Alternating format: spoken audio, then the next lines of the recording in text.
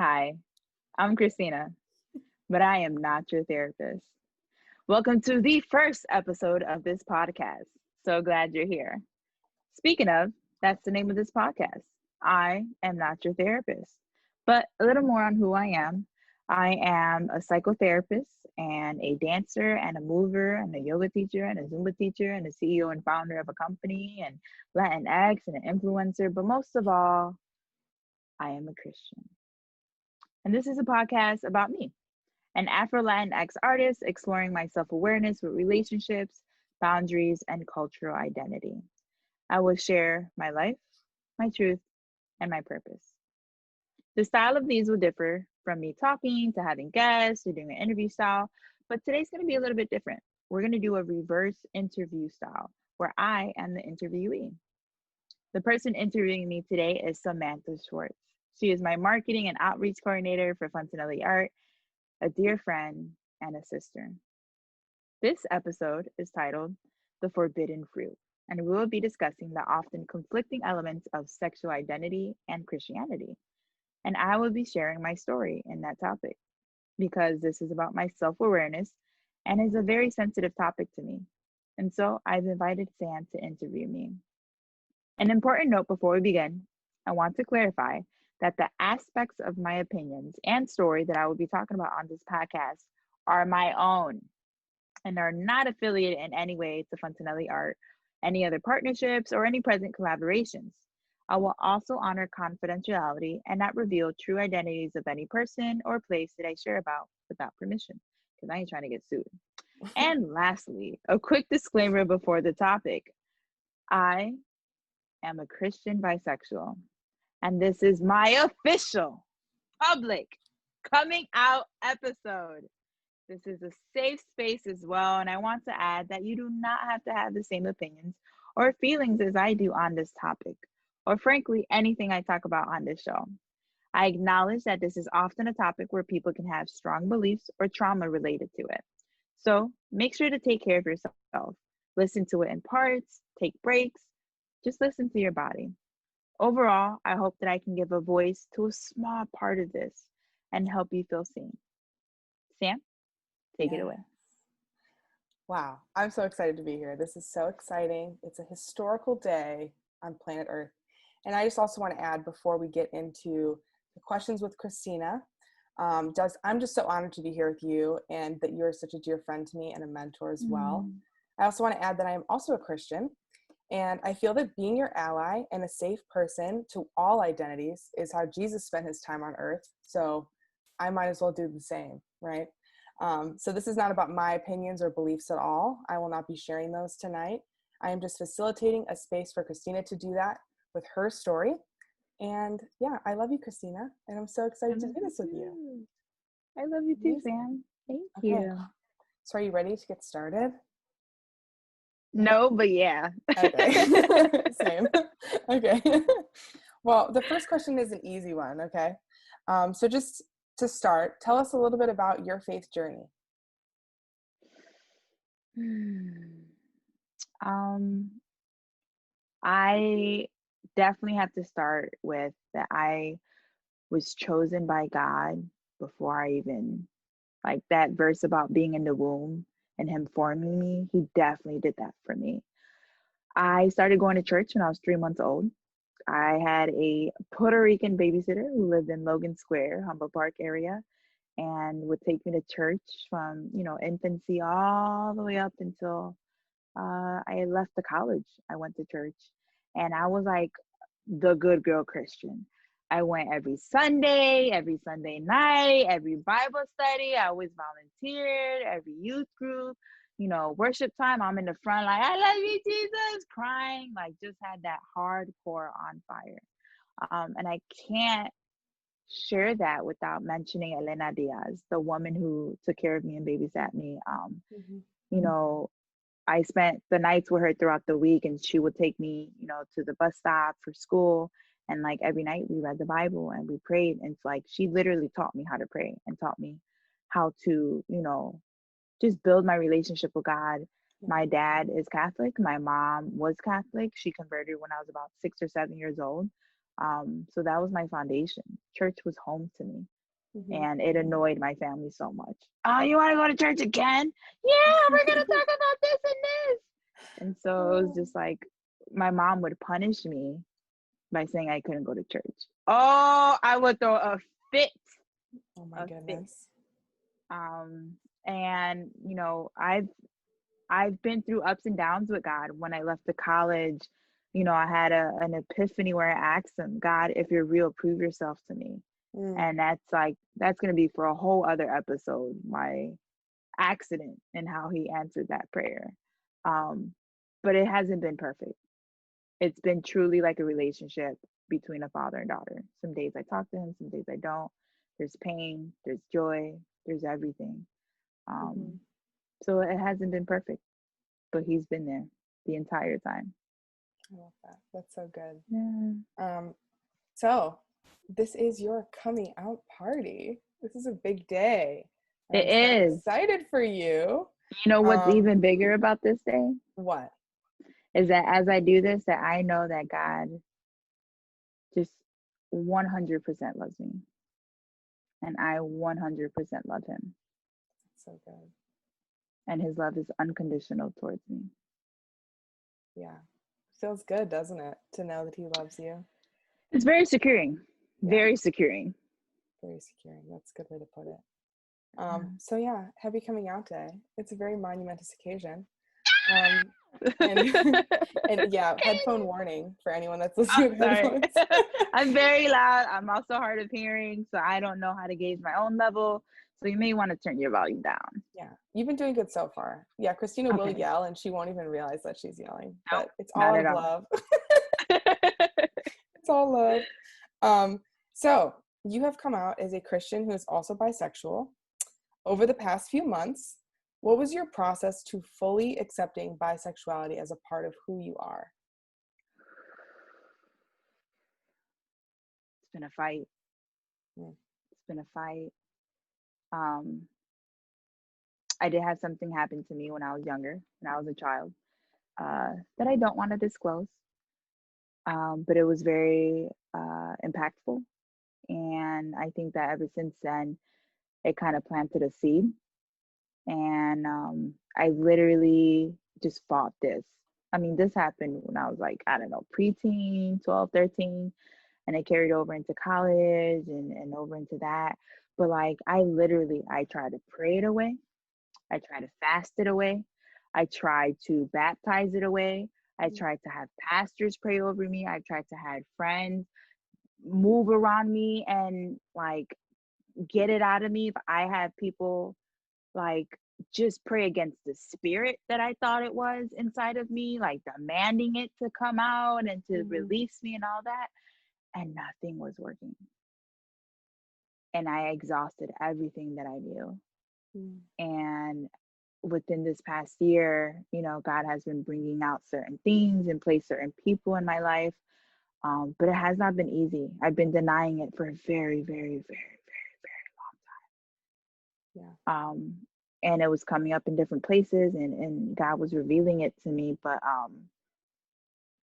I would say this past year, and of course, COVID played a large role in being able to have the space to begin exploring that and have that one-on-one conversation with myself. Kudos to my therapist who was able to ask the right questions. It was so like I was so separated from it that I had suppressed the actual memory of what happened to me. And she was able to ask a question. I was like, oh my gosh, yeah, I remember that. And I actually spoke to that person on Monday of this week and said, hey, do you have a moment to chat? And we connected and I asked certain questions. I was like, what do you remember? What do I remember? And they apologized. Wow. And I was not even expecting an apology. I just wanted to be like, is what I'm remembering the truth or is this something I made up? And to get an apology was just like, whoa, okay. So that did happen. What I'm feeling is real. And it's kind of like unpacking a box an endless box of answers with tissue and just like this and this and this. But God's been doing it in such a creative way. Yeah. Such a beautiful way. Yeah. That's a good analogy. Or like the clown with the tissue that never it literally is never ending. And I'm like, where is this? Like, hello? Yeah. It's like new memories, new experiences, new healing. And I'm like, Yeah. So it much. does take layers sometimes, right? It does, yeah. Just like an onion. Shrek said it best. Sometimes it's like an onion. That's my joke of the day. So I hope you're laughing while you listen to this. But after making a joke, I want to kind of get into some more hard stuff too. You kind of touched on this a little bit just now, but to kind of build on that, this idea of sexual identity and choice. So many Christians believe that sexual orientation is a choice. And so can you speak a little bit more to that in your own story? You mentioned that it was a battle and a fight, but just how have you experienced that kind of dichotomy of choice and sexual orientation? Well, I think that within the church, I haven't had good experiences, and I've needed to name that. 1 second.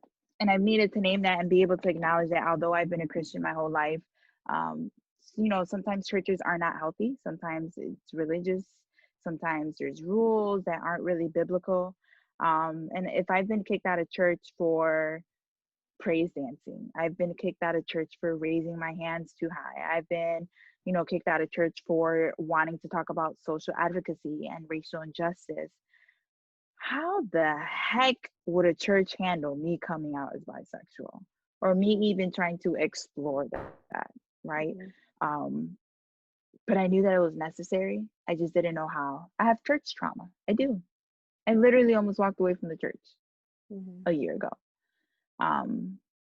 But I think one of the beautiful things about the church is that it's supposed to be in the person, in the people, and it's supposed to be intimate, within a community setting. Definitely need both. I met someone a year ago at a dance movement therapy conference, and his name is Rodney. And Rodney changed my life. He changed my life when it came to this topic, when it came to understanding the relationship of God and sexual identity in a way that I've never seen before. I come from a background, and I know, we'll probably dive into it a little more, but I come from a background where it's a Southern Baptist church, and it's like homosexuality, sin. Sin equals hell, separation from God. That's it. No understanding, none of that. And so, because I've had a long relationship with God and I'm an artist, there's times where God speaks to me in very to hear it's crazy, but very supernatural ways, in dreams and my artistry and writing, where like the Holy Spirit just hijacks my body and communicates stuff. And so when I was at this dance movement conference with in Miami and I met him, I was just in shock because he was sharing some of the experiences that he was having with God. And it was like, wait a minute, you know God the way I do. Like you don't know of God, like you know God. Like you know him in that depth and that capacity that's nonverbal like I do. But Ronnie identifies as gay. So I'm sitting in front of him. I think we were waiting on other people to go out. We ended up sitting there maybe from like 9 something to like 4 or 5 in the morning. Like just talking for hours. And my mind was just being blown because I was like, I thought that if you identified as gay, that you didn't have access to God the same way I do. Like that you were already separated from him, that he can't talk to you in that way. And he shattered that. I was like, oh, okay. So now what? Yeah. What do I do now? Because everything was just undone in front of me. So shout out to Rodney, the CEO and founder of Moto's Dance Company. And that was the thing that God had given him in a dream. He gave him the entire, the mission, the values, the purpose. He gave him the logo, the name, the way, everything in a dream. And it's now alive. And Mhm. so for it to have come to fruition, it's like, oh yeah, that was definitely God given. Mhm. There's no disclaiming that. And I think, it was actually a year ago this month, that is where my journey resurfaced again about what does it mean to be a gay Christian. Yeah, that's really good. So let's Yeah. kind of build on that a little bit more too. I haven't met Hmm. Rodney yet. I can't wait to. Hmm. He sounds amazing. Yes. I've just heard his voice on the phone a Literally, you didn't while see him. ago. But yeah, I just want to expand on that. So, like, before you met Rodney and you were able to kind of experience that breakthrough with the whole Yeah. proximity to God aspect, and, I'm sure you do as well. I feel like that's a lot of divine timing, right? God doesn't let us Hmm. suffer or separate or any of that, or let us Hmm. wonder for longer than we have to, right? His timing is good. So, Yeah. I just want to build on that a little more. So, how did kind of denial and your sexual Hmm. identity journey create a rift in your relationship with God? What was that like for you? Oh, what a rift. What a rift. What a rift. What a rift. An expanse. Yeah, huge. um, Crap.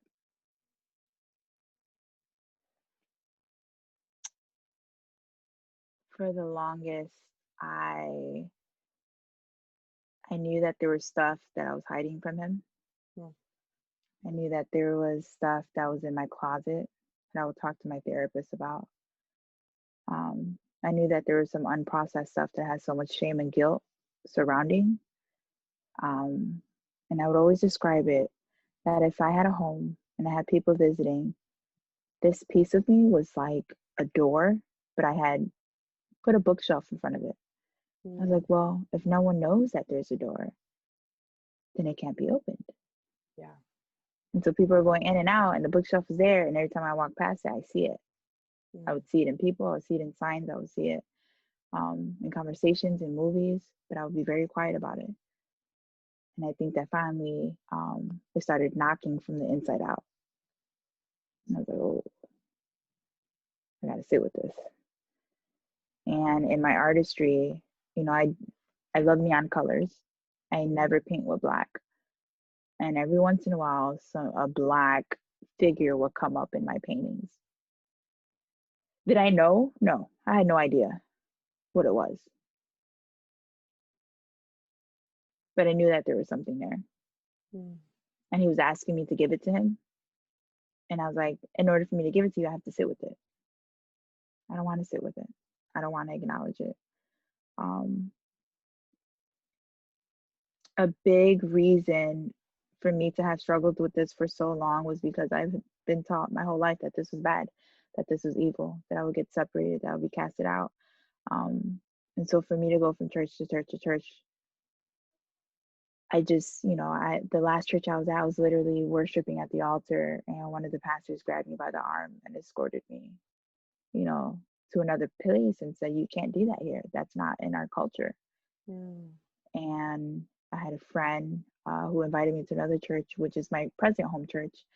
And I walked in, and there was praise dancers on the stage, literally. Like this was like an hour after I got kicked out. And the only reason I went was because I knew who was driving far to meet me here. mm, And I fell in love. I literally was at the altar sobbing. I was like, I know I'm not evil for this.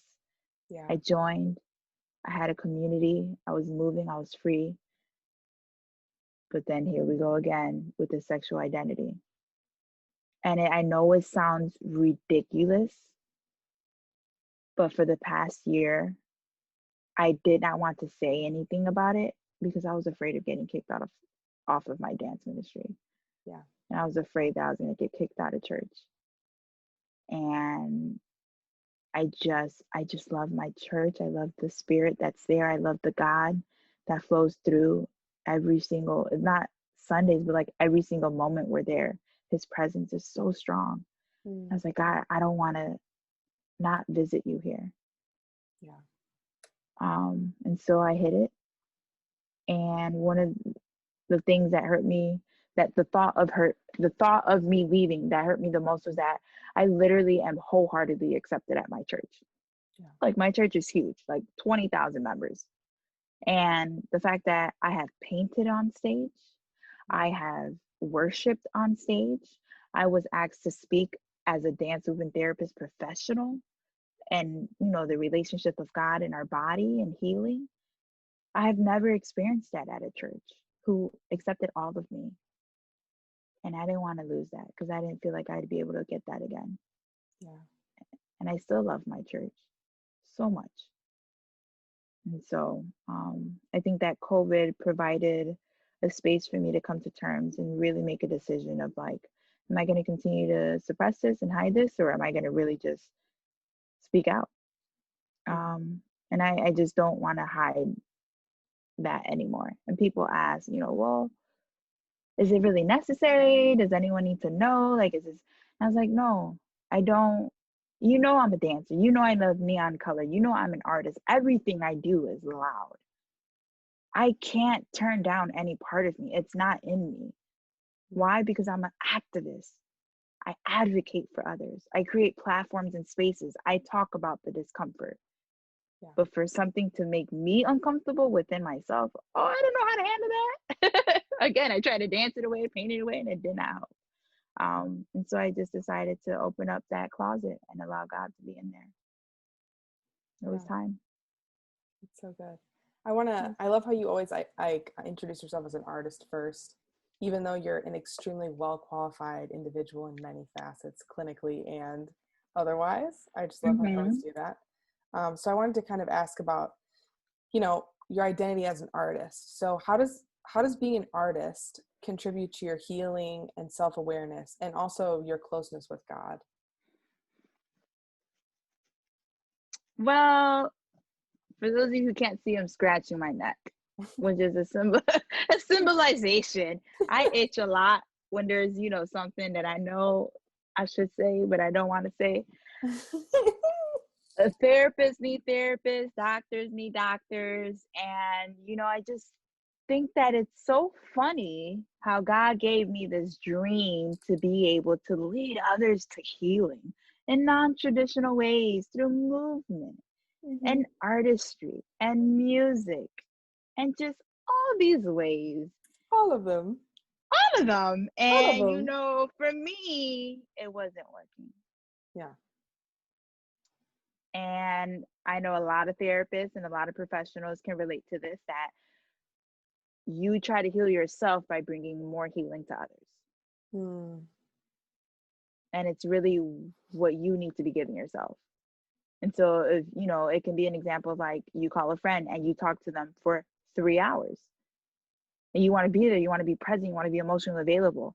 But what you're really saying is that you need you for yourself. You need to sit with yourself. You need to have conversation. You need to be emotionally available. And so I think I can say that I contradict myself a lot because I'll be quick to say, oh, you need healing? What you need? I got yoga, Zumba, meditation. What do you need? But for me, it's like, oh, I don't want to deal with it. I don't want to address it. But I go and I turn around and be like, come on, we got to talk about it. Bring it to the surface. You got to be free. You don't need this weight. You need to release this cloud.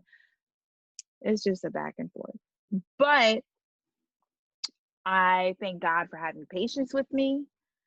I thank God that he is able to just show up every time I am ready to talk about it. Whether I got to kick my feet and scream along the whole way, he's there. And he has always been consistent. And I think of it as God is a radio. He is a radio station. That is the number every time, any day. That is him. But it's us that gets distant. God doesn't become distant from us. I believe that we become distant from him. And this comes from Pastor Charles Stanley. One of his preachings was saying that like our stuff, our junk, our confusion, our whatever it is that's coming up causes that distance between me and him. And, for me, it was shame and guilt. Think of it of your parents or guardians. If you do something shameful, you're not going to be in their face like, hey, mom, hey, dad. No, let me get to the room. Let me be by myself. Let me keep my head down. Let me get to the room. Let me look. The door opens straight to the room. I hope that they're not in the living room and they don't stop you and say, "How was your day? What are you doing?" No, don't ask me nothing. I'm trying. Look, let me just isolate and withdraw. Hide. Literally, hiding. Just like in the garden, hiding. Okay, where you at? He knew where he was at. See, yeah. I think I got loud again. Sorry, disclaimer. It's okay. It was anyways. Good. That's gonna be the new disclaimer for every other episode. If you have headphones, be ready to adjust your volume throughout the show. Very quickly. But that's static, and that static can be cleared up with clarity. But you got to address it. You got to be able to dial it. And, maybe you go way past it. Maybe you go all the way over here. But slowly but surely, you'll find that your way back to him. That's good. Yeah. Good. This is a question we didn't rehearse, but I want to jump on you. I'm sweating. Bring it. Yeah, I bet you are. You're wearing a huge scarf. Yes, and it's colorful and it's beautiful. And Thank it's you. Neon, and that's what I do. Okay. And I need it for comfort. For maybe people who are listening that they're maybe not believers, or they were once in the church, they have some general idea about Christianity and they're struggling with their sexual orientation or identity. I'm just curious, what would be like your first like tangible step on how to start tuning that radio, or how to start clarifying the voice of God? Like, what would be your go-to thing to do? To know anyone or anything, you must first know yourself. I think before anyone can start a new relationship with God or a person or a place or a thing, positive affirmations. Claim who you are. You are this, you are that, you like this, you like that. Literally make a list of all the things that make you you. And then begin to work backwards. How long have you been that? How long have you been an artist? Who played a role in that? And so, that's what I did. The first step was admitting that I liked women. And I did it in a therapeutic setting, and I did it with friends who I have around me. And my therapist was able to say, okay, how long have you been feeling this way? Yeah.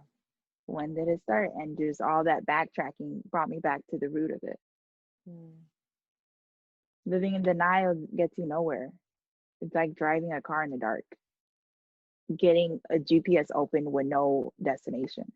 Now you're just driving. Yeah. Start somewhere. Yeah.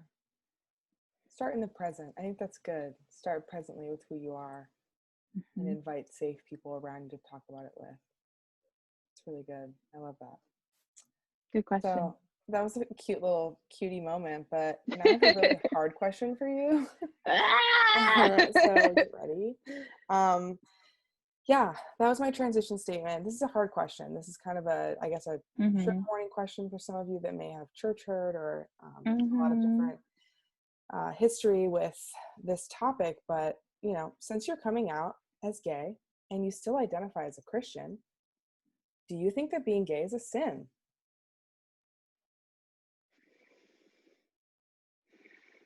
No, I do not.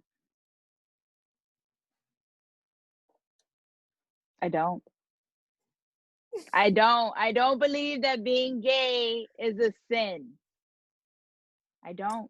She's yelling again, ladies and gentlemen. I am. I get very passionate. I think people need to hear me. Simply put, I do not. And I think it's interesting because I come from a very religious background that taught me that it is the worst sin that you can commit. And that you are going like straight to hell. Like it was like you were on a roller coaster, and as soon as you did that, like there's no stopping, there's no going back. And I just don't believe that that's the God that I serve. Yeah. I don't believe that he would set me up for failure if that was the case. Yeah. I just don't see him that way. I did for a very long time. And I think I'm still going through unboxing a lot of the stuff that my first church, had taught me. And it comes with like checklists. Like I saw God as like, if I wake up every day and I meditate for 45 minutes and I read the word and I check this off and I read a chapter and I memorize this and then I come back home, and it was just like, I bet you God was just sitting there like, so when are we gonna start a relationship? When are you gonna talk to me? Right, like you talking to the things that people write about me, you talking to the Bible, but like you not. I just got a relationship with the Holy Spirit in 2016. That blew my mind. Yeah. I was like, Holy Spirit, like, what do you mean I talk to the Holy Spirit? What are you talking about? So it's layers. I'm still figuring out where have I tried to contain him, and he's like, hey, yeah, no. You see the universe and the galaxies? Yeah, I did that. You're trying to put me in this box. I don't fit there. And then he never will. He never will. Yeah. And if that's the case, then that means that people who drink alcohol are going straight to hell. People who steal are going straight to hell. People who struggle, like these are struggles. And I think that because I'm a psychotherapist, I see it from a mental point of view of like people struggle with things and they can identify as other things. Mm-hmm. I don't struggle with this anymore. I stand in it. It is who I am. I don't believe that I'm going to be eternally separated from God. I feel a lot of things, but I'm going to stop myself there. Well, I'm going to poke the bear a little more. Poke it. Poke it. I think there's this kind of like interesting relationship in the church with, sexual orientation and sin and legalism, all of those things. And I think it's becoming more and more present now as we, as a society, have become more accepting and more tolerant of many different stories. And so to challenge you further, I just want to, how would you respond to possibly a more liberal leaning side of Christianity that still condemns homosexuality? For example, there's a lot of Christians who understand that obviously it isn't a choice. Why would you choose? It's like you're choosing to suffer, right? So why would it be a choice? It's not, but they still think that you can still be saved from it, even though it's technically kind of the same weight as any other sin, right? So like most Christian, I think myself included, get that like, why would you choose an identity that society has made it difficult to live freely in? And Christians are just now getting around the corner of like, oh, Jesus really did mean love everyone. So, I mean, I just want to get your thoughts on that. So like people who still think that even though they love you, it's okay, like come to church, we love you, they still think deep down that there's some sort of saving that can happen. And I get it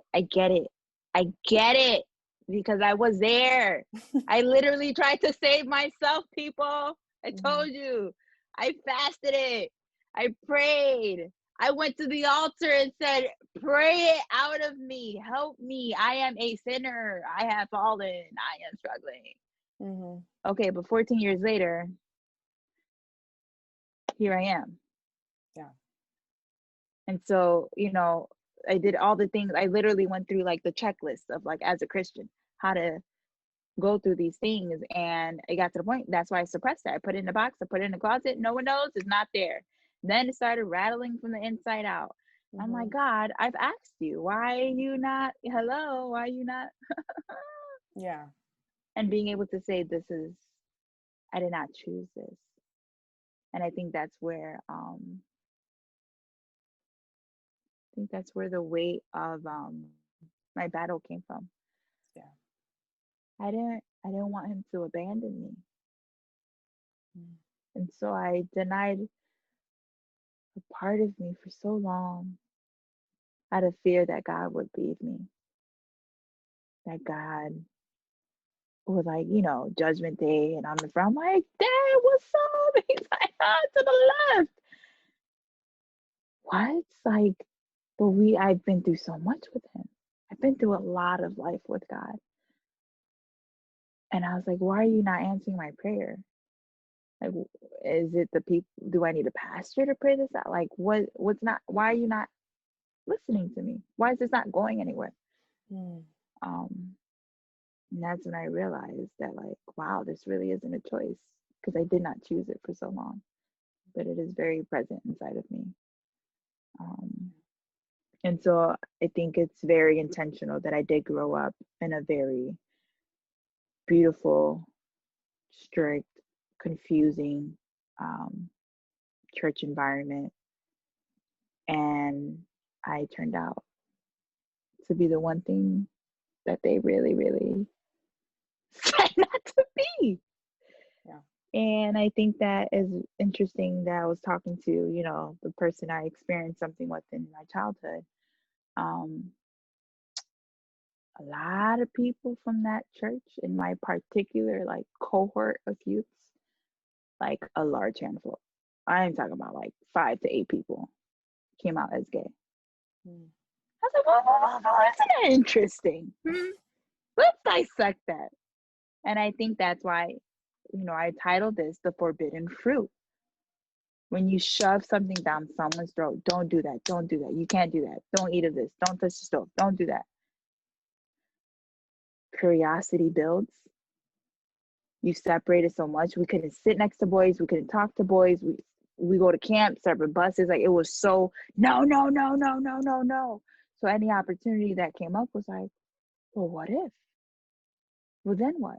Um, and I think that's what caused a lot of the confusion that I didn't know I had a legalistic relationship with God. I was like, no, this is just what I was taught. This is the right way. Yeah. This is good. How did I end up not good if this was my foundation? Mm. So I think that's what makes this very beautiful. That I get it. I get it. Yeah. It's the ASMR portion. Blowing raspberries into the air. Okay, so I'm interested to hear your answer to this one. I feel so sneaky. Okay, are you ready? Yes. There's still going to be Christians or people of other religions that condemn, different sexual orientations like homosexuality. And no matter how beautifully you explain your journey, they're still going to disagree with you. What do you have to say to them? Do you have anything for them? I do. Ready? I love you. Mm. I love you.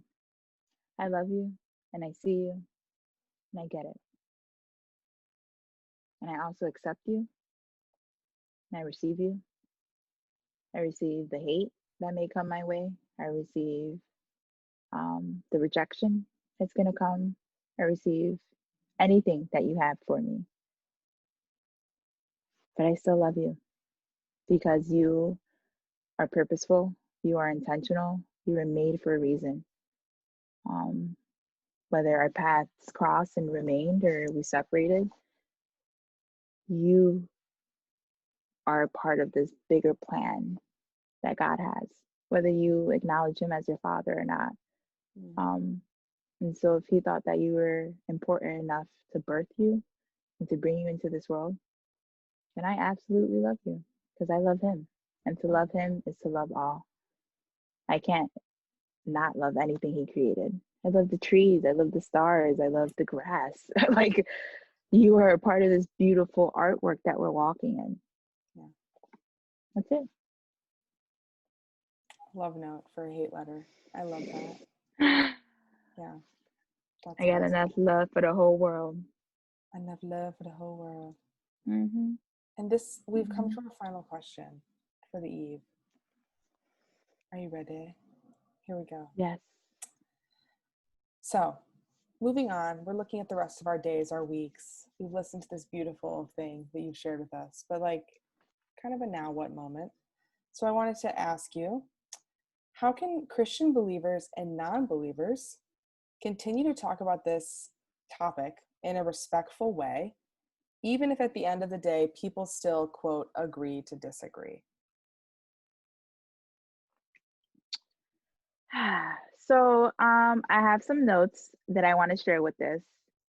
So, if you're watching, you can see me. I have my phone because I think that this is very particular and I don't want to go on a tangent. But I want you to hear me for what I have to say. I made this topic the first episode because I believe firmly in making platforms and spaces to be able to have respectful and challenging conversations like this. It needs to be talked about. We shame people, we do it, we talk about people behind closed doors or like groups and all of that. No, let's talk. Bring what you have, I bring what what I have, but we don't have to attack each other. But that requires a lot of emotional maturity to be able to say that you agree to disagree and not throw a tantrum. So I acknowledge that. Also, if homosexuality is a choice, quote unquote, then you would have to say that depression is a choice and trauma is a choice as well. I'm not saying that homosexuality is a mental illness whatsoever, but my point is that there are things that happen to us that we do not choose. Things that can make us who we are, things that make us, that begin our identity and how we identify with the world, with others, with communities. The situation isn't a choice, but it's how you deal with it. I chose to deny it. I chose to suppress it, but it was still there. I literally rejected this emotion. I rejected the attraction, and it did not go away. I did not welcome it for very long. And I think that my steps in beginning to deal with what had happened was accepting it, finding a community, and in saying, God, I bring you into this part of me. Let's reflect. Let's take it to therapy. And so I want to encourage you to have a safe and trustworthy community to talk to about topics like this. Please continue this conversation and get a therapist. Please get a therapist. If you or someone in your circle is not seeing a therapist, you got to get a new circle. You got to require that people around you are sitting and facing themselves and doing the work and doing the healing. No more stigma. And we're still in COVID. We still in 2020, y'all. Can you believe that? So that means that accessibility to therapy is at an all-time high. There's literally no excuse. But remember, I'm not your therapist. Get a therapist, but it ain't gonna be me, okay? So, I know you want to share and talk and community, but remember, I'm not your therapist. This is my stuff that I'm trying to figure out. We can link up, but I can't lead you in this right now. I'm not there yet. So, well, that's all I have to say. We did it! Oh my gosh, I just did it. Wow. So, any final thoughts, Sam? Let's do this. I'm excited. I can't believe it. Week 1. I am a Christian and I am bisexual. And God is good. All the time. Yeah. All the time? God is good. He is. Mm-hmm. All right, y'all. Adios. And I will see you next Friday. Bye.